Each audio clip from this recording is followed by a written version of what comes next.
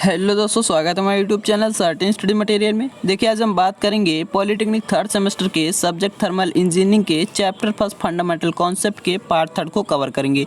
और देखिए जो पार्ट थर्ड होगा इसमें ओनली फॉर क्या करेंगे, इसमें ओनली फॉर एनर्जी, ठीक है, only for energy and work, ठीक है, एनर्जी एंड वर्क पर क्या करेंगे, डिस्कस करेंगे, ठीक है, डिस्कशन।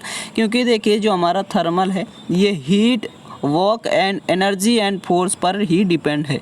क्योंकि देखिए थर्मल यानी हीट, ठीक है, जब किसी या टेम्परेचर भी कह सकते हैं, ठीक है, तो ये सभी इनसे रिलेटेड हैं, तो इनको जानना बेहद ज़रूरी है। तो इसको देखिए क्योंकि कोई सिस्टम है तो उस पर सभी प्रकार की जो क्वांटिटी होती है वो यूज होती हैं। जैसे हमने बताया एनर्जी हो गया, ठीक है, एनर्जी हो गया और हमारा वर्क हो गया। क्योंकि जब तक उस पर कोई एनर्जी या वर्क नहीं करेंगे तब तक वो जो हमारा सिस्टम होगा वो कोई भी वर्क या परफॉर्म नहीं करेगा, ठीक है। तो देखिए सबसे पहले हम आज बात करेंगे, तो हाँ देखिए अगर आप लोग पार्ट फर्स्ट की वीडियो, ठीक है, पार्ट फर्स्ट एंड सेकंड की अगर जो लोग ना देखें उसे ज़रूर देख लें। क्योंकि इससे पहले जो हमने बेसिक बताया है, ठीक है, सारा कुछ इस चैप्टर से रिलेटेड उसको देखना बहुत ज़रूरी है, ठीक है, तभी आपको ये भी समझ में आएगा बहुत अच्छे से। तो देखिए हम पहले बात करेंगे एनर्जी पर। तो एनर्जी क्या है, तो देखिए है जैसा कि हमने बताया कि एनर्जी ये हमारी एनर्जी है, ठीक है। अगर इसको बेसिक तौर पर कहें, एजुकेशनल लेवल पर इसकी डिफिनीशन क्या बनती है, तो देखिए इसकी डिफिनीशन हमारी हो जाती है कार्य करने की हमारी जो क्षमता होती है उसे ही क्या कहते हैं, उसे ही एनर्जी कहते हैं, ऊर्जा कहते हैं। जो देखिए जो हमारे जो वर्क करने की इफ़िशियंसी होती है, ठीक है, वर्क करने की जो इफ़िशियंसी होती है उसे ही क्या कहते हैं, एनर्जी कहते हैं। बट अब टेक्निकल में समझिए क्योंकि ये हमारा थर्मल से रिलेटेड है, तो टेक्निकल में हमारी जो डिफिनीशन हो जाएगी, डिफिनीशन क्या होगी, कोई एक ऐसा सिस्टम है, मतलब कोई एक सिस्टम है, इसकी यह जो ये हमारी प्रॉपर्टी है, ठीक है, मतलब कोई एक निकाय है या सिस्टम है, ठीक है, तो इसका वह गुण है एनर्जी, ठीक है, एक प्रॉपर्टी है जो वह गुण है एनर्जी, ठीक है। तो ये हमारा क्या करता है, जिससे निकाय कार्य करने में सक्षम होता है, ये हमारा कहलाता है एनर्जी, ठीक है। निकाय ये समझ गए होंगे, ठीक है, कि ये हमारी देखिए अगर आप लिखना चाहें तो लिख भी सकते हैं कि एनर्जी क्या है, न्यूटन के नियमानुसार हमारी एनर्जी ये है कि कोई भी सिस्टम का वह गुण होता है एनर्जी जिससे निकाय कार्य करने में सक्षम होता है, यही हमारा क्या, यही हमारा एनर्जी कहलाता है, ठीक। तो ये हमारी एनर्जी हो गई, ठीक है। अब बात करते हैं देखिए कि इसकी जो कैलकुलेशन होती है, मान लीजिए कोई सिस्टम है, ठीक है, इस पर जो एनर्जी लगाई जाएगी, जो भी ऊर्जा लगाया जाएगा, ठीक है, कोई भी ऊर्जा लगाया जा रहा है, ठीक है, तो ये हमारा इसकी जो कैलकुलेशन होगी, क्या होगी, जो कैलकुलेशन होगी, तो इसकी क्या गणना की जा सकती है, तो नहीं की जा सकती। इसको ये पॉइंट याद करेंगे, नोट करके लिख लेंगे कि ये जो एनर्जी है इसकी गणना नहीं की जा सकती। क्योंकि अगर कोई सिस्टम है तो हमने बताया कि इस पर ये नहीं पता किया जा सकता कि कितनी एनर्जी लग रही है, ठीक है। तो ये हमारा हो गया सीधे रूप में अगर कहें, ठीक है, सीधे रूप में इसकी गणना नहीं की जा सकती। अब देखिए बात करते हैं एनर्जी की।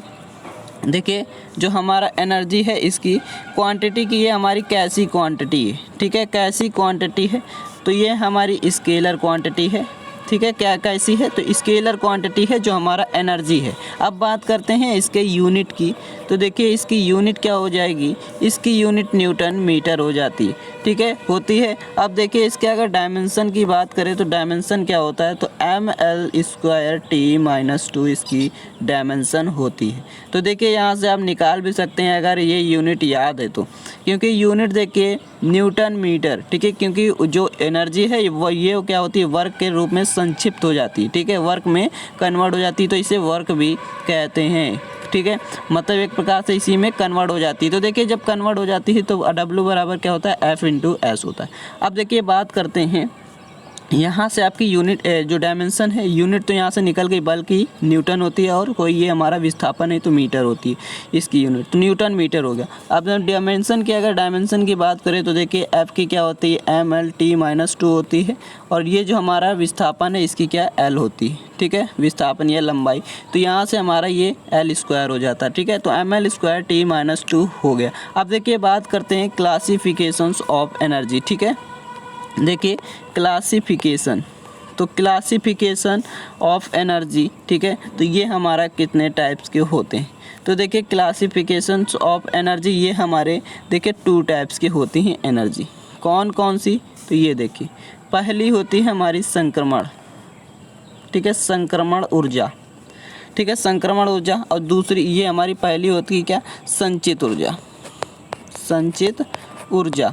संचित ऊर्जा और संक्रमण ऊर्जा ये दो प्रकार की एनर्जी होती है। अब देखिए संचित ऊर्जा जो है ये भी 3 पार्ट में डिवाइड होती हैं, मतलब 3 प्रकार की होती हैं संचित ऊर्जा। तो देखिए जो हमारा फर्स्ट हमारा क्या होता है, पोटेंशियल एनर्जी, ठीक है, पोटेंशियल यानी स्थितिज ऊर्जा। सेकेंड हमारा क्या है, काइनेटिक एनर्जी यानी गतिज ऊर्जा।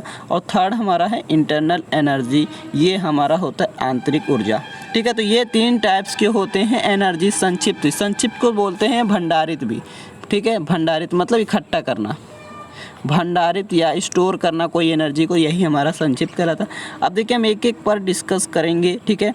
तो देखिए फर्स्ट इज हमारा क्या है, संचित ऊर्जा, यानी संचित जो हमारा है ये हमारा क्या होता है, संचित ऊर्जा। तो संचित ऊर्जा वह ऊर्जा होती है जो सिस्टम की परिसीमा के अंदर होती है। देखिए एक एक आप लोग को बताते हैं, संक्षिप्त ऊर्जा, ठीक है, संचित ऊर्जा, इसे ही भंडारित ऊर्जा भी कहते हैं, याद रखेंगे। तो संचित ऊर्जा क्या होती है, जो सिस्टम की परिसीमा के अंदर जो ऊर्जा होती है वही हमारी संचित ऊर्जा कहलाती है, ठीक है, जो सिस्टम की परिसीमा। अब देखिए बात करते हैं, मान लीजिए कोई ये हमारा देखिए ये हमारा क्या है, इसको रेज कर देते हैं, ठीक है। तो ये हमारा देखिए मान लेते हैं कोई हम सिस्टम लेकर चलते हैं, तो देखिए ये हमारा कोई सिस्टम हो गया, ठीक है। ये हमारा जब कोई सिस्टम हो गया तो क्या होगा, जो इसके भीतर, ठीक है, जो इसके ये हमारी बाउंड्री यानी परिसीमा हो गई, ठीक है। तो इसके जो अंदर लग रहा है, इसके जो अंदर, बाहर नहीं, ठीक है, अंदर जो हमारा एनर्जी कार्य कर रहा है, ठीक है, एनर्जी जो लग रही है यही हमारी क्या कहलाती है, यही हमारी संचित ऊर्जा कहलाती है, जो भी स्टोर होती है, ठीक है। तो आप देखिए बात करते हैं संचित ऊर्जा 3 टाइप्स की होती हैं, कौन कौन सी, potential energy, kinetic energy and internal energy. तो सबसे पहले बात करेंगे पोटेंशियल एनर्जी पर, इसे स्थितिज ऊर्जा कहते हैं। तो आप लोग डिफिनीशन लिख भी सकते हैं। अब देखिए पोटेंशियल एनर्जी क्या होती है, स्थिति के कारण उत्पन्न जो ऊर्जा होती है, ठीक है, क्योंकि इसकी जो हिंदी मीन है इसी से आपकी लैंग्वेज की डिफिनीशन भी निकलती है। जो स्थिति के कारण यानी पोजीशन के कारण, ठीक है, स्थिति के कारण जो ऊर्जा उत्पन्न होती है उसे स्थितिज ऊर्जा कहते हैं। इसे U से डिनोट करते हैं, ठीक है, या PE से डिनोट कर लीजिए, ठीक है। देखिए तो हमारा इसको जब P से डिनोट करते हैं तो PE, क्योंकि पोटेंशियल एनर्जी तो PE से इसको डिनोट कर देते हैं। अब देखिए PE बराबर इसका जो फार्मूला होता है वो क्या होता है, mgh। तो आप लोग ये पढ़े भी होंगे, ठीक है, mgh इसे हम क्या लिख सकते हैं, तो देखिए PE बराबर WH भी लिख सकते हैं, क्योंकि देखिए ये जो mg हमारा होता है ये W बराबर ही तो mg होता है, ठीक है, W बराबर mg यानी भार बराबर द्रव्यमान गुणे गुरुत्वीय त्वरण, ठीक है। अब देखिए यहाँ से हमारा, इसलिए हमारा ये इसकी जगह W हो गया, ये हमारी कोई निकाय की हाइट है, और W हमारा क्या हो गया, ये भार है, ठीक है, वेट है। अब देखिए m तो द्रव्यमान था, ठीक है, तो आप ये दोनों फार्मूले इसके बन जाते हैं। तो याद रखेंगे अगर इसके यूनिट की बात करें तो क्या होगी, न्यूटन मीटर। डायमेंशन इसकी क्या होगी, ml² T-2 वही, ठीक है। अब देखिए बात करते हैं, अब नेक्स्ट हमारा क्या है, काइनेटिक एनर्जी।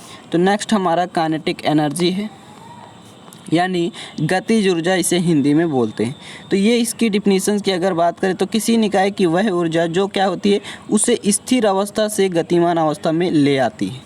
मतलब देखिए कोई अगर मान लीजिए कोई सिस्टम है, तो वो क्या है, मान लीजिए कोई सिस्टम है, ये हमारा स्थिर है, ठीक है, स्थिर है, कह सकते हैं कि ये हमारा स्थिर है। जब इसको ये मूवमेंट करा कर किसी दूसरे पोजीशन पर यहाँ पर मान लीजिए ले आए, तो ये हमारा क्या कहलाता है, यही हमारी काइनेटिक एनर्जी कहलाती है, ठीक है, काइनेटिक एनर्जी। अब देखिए तो ये हमारी काइनेटिक एनर्जी हो गई कि कोई भी मान लीजिए चल नहीं रही है, ठीक है, कोई भी सिस्टम है वो चल नहीं रहा है, मूवमेंट नहीं कर रहा है, तो ये जब हमारा मूवमेंट करा देगी कोई एनर्जी, तो यही हमारी एनर्जी काइनेटिक एनर्जी कहलाती है, ठीक है। अब देखिए बात करते हैं इसका फार्मूला क्या होता है। तो जनरली आप लोग जानते होंगे 1/2 mv² होता है, लेकिन अगर यहाँ पर बात करें तो यहाँ पर क्या हो जाएगी, 1/2 mc² हो जाएगा, ठीक है, ये कैपिटल C है। C जहाँ पर क्या होता है, कोई देखिए वेलोसिटी ऑफ सिस्टम होता है, मतलब जो हमारा सिस्टम का वेग होता है। देखिए जो हमारा वेलोसिटी ऑफ सिस्टम, ठीक है, मतलब सिस्टम का वेग कहलाता है, यानी निकाय का वेग होता है c, ठीक है। तो इसको समझ गए होंगे। अब देखिए इसकी यूनिट की अगर बात करें तो यूनिट हमारी इसकी न्यूटन मीटर ही होगी, डायमेंशन सेम होगी ml² t-2, और जो हमारी इसकी क्या होगी, देखिए क्वांटिटी भी सेम होगी, ठीक है। कोई भी एनर्जी है तो उसकी सारी कुछ सेम होगी, एनर्जी हो, एनर्जी के अंदर कोई भी एनर्जी डिवाइड हो तो हमारा सेम यूनिट होगी, ठीक है। अब देखिए बात करते हैं, ये तो हो गया काइनेटिक एनर्जी। काइनेटिक एनर्जी के बाद हमारा आता है इंटरनल एनर्जी। देखिए इंटरनल यानी हमारा आंतरिक ऊर्जा कहलाता है। आंतरिक ऊर्जा एक प्रकार की, देखिए कोई हमारा अभी आपको एग्जांपल के तौर पर भी समझाएंगे, पहले आप इसको समझ लीजिए। निकाय की आणविक संरचना जो स्ट्रक्चर होता है मॉलिक्यूलर, ठीक है, और जो उसकी अणुओं की गति होती है, उसके फलस्वरूप निकाय में जो निहित ऊर्जा होती है, मतलब देखिए इसमें दो वर्ड आपको याद रखना है, जो आणविक संरचना होती है, ठीक है, आणविक संरचना, और जो निकाय का जो अणुओं की गति होती है, ठीक है, अणुओं की गति जो होती है, तो ये क्या होती हैं, गति के फलस्वरूप इन जो आणविक संरचना है और जो हमारा अणुओं की गति है, इसके फलस्वरूप क्या होगा, निकाय में निहित ऊर्जा जो हमारी होती है, निहित ऊर्जा, यही हमारी निहित ऊर्जा क्या कहलाती है, निहित जो ऊर्जा होती है ये हमारी इंटरनल एनर्जी कहलाती है। निहित मतलब समाहित कह सकते हैं, मतलब एक प्रकार से उसी में समिहित या इकट्ठा है, ठीक है, मतलब समिहित है। अब देखिए मान लीजिए इसको, ये जो हमारी एनर्जी होती है इसको आदर्श ऊर्जा भी कह सकते हैं, आदर्श ऊर्जा, क्योंकि देखिए ये दिखाई नहीं देती है, ये विजुअल नहीं होती है, ठीक है।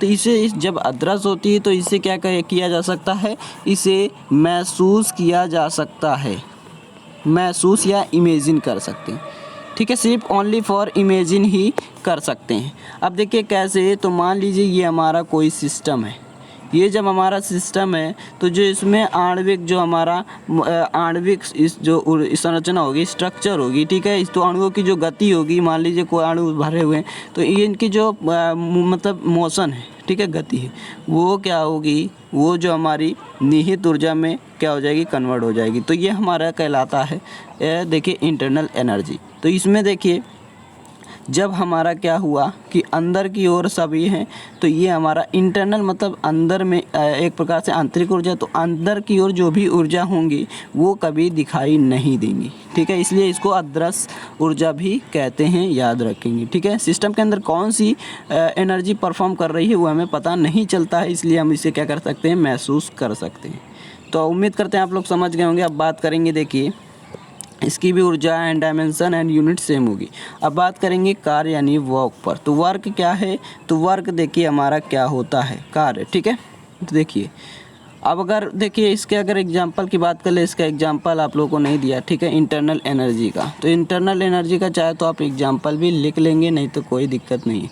तो देखिए जैसे हीट हो गया, ठीक है, हीट हो गया और वर्क हो गया, और देखिए वर्क हो गया, ठीक है, और अगर बात करें तो मतलब इलेक्ट्रिक एनर्जी हो गई, ये हमारा ऊर्जा के इंटरनल एनर्जी के एग्जाम्पल हो जाते हैं। अब बात करते हैं कार्य क्या है। कार्य देखिए हमारा क्या होता है, तो वर्क, ये क्या है, तो इसकी सिंपल आप लोग डिफिनीसन जानते ही होंगे कि अगर कोई निकाय है उसमें जो किया गया कार्य होता है वो क्या होता है, निकाय पर जो बल लग रहा होता है, ठीक है, और जो विस्थापन होता है वो उनके गुणनफल को ही क्या कहते हैं, निकाय का कार्य कहते हैं, ठीक है। तो W बराबर यहाँ से क्या हो जाता है, W बराबर F इंटू एस हो जाता है, ठीक है, F इंटू एस हो जाता है W बराबर।